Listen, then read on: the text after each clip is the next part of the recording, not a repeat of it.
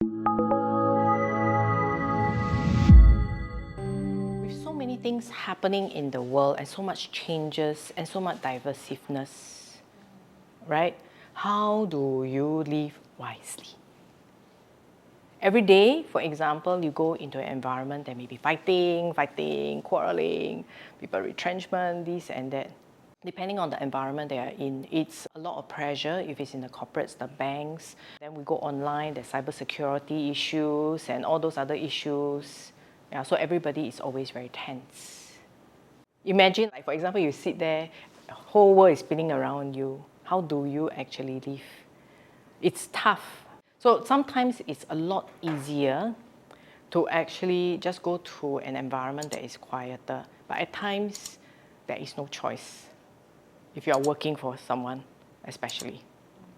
Right? That how do you choose to live wisely? That's why I talked about the intentional meditation pause, the mindfulness pause. That means, okay, let me just go out and breathe some fresh air and come back. Because that is choosing to live wisely. You choose to react to your outside circumstances, then you are being reactive. What we're trying to do with mindfulness is trying to basically take a pause so that you can analyze, think, and you respond. We cannot control how other people act. We cannot control what other people say. We can only control what we say, we think, we do. Right?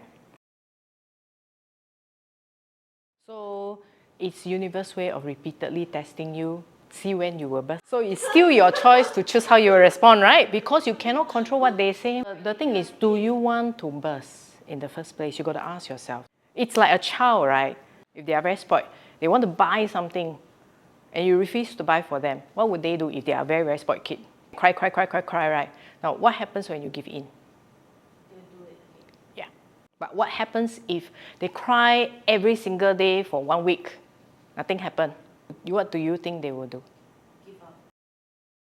So it's like teaching a child. You tell them something, okay? Same like learning, right? You tell them something, they listen 1 sense. You write for them is they listen and they see is 2 cents, right? But if let's say, if you want to try your method, why don't you go ahead? Then when they fail, they will come to you. How do we solve this situation? Instead of helping them, you say, please think through and reflect what went wrong. Do you think you could have come to this particular situation? This is actually then engaging all their 5 senses.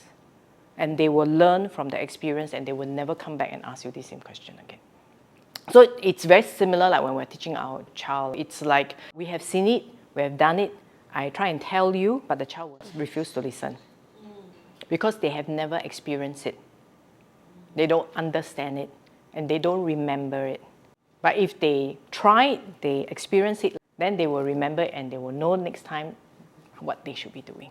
Building on the intention portion, there are 2 ways. One is, why do you ask this? Is there a particular timeline we need to follow? So you can understand their perspective, so it's easier for you to address. The second one is if the intention is actually to help them be wiser, be better, then it's for them to try, then after that for them to grow. So the key is we cannot change them. Only they can change themselves.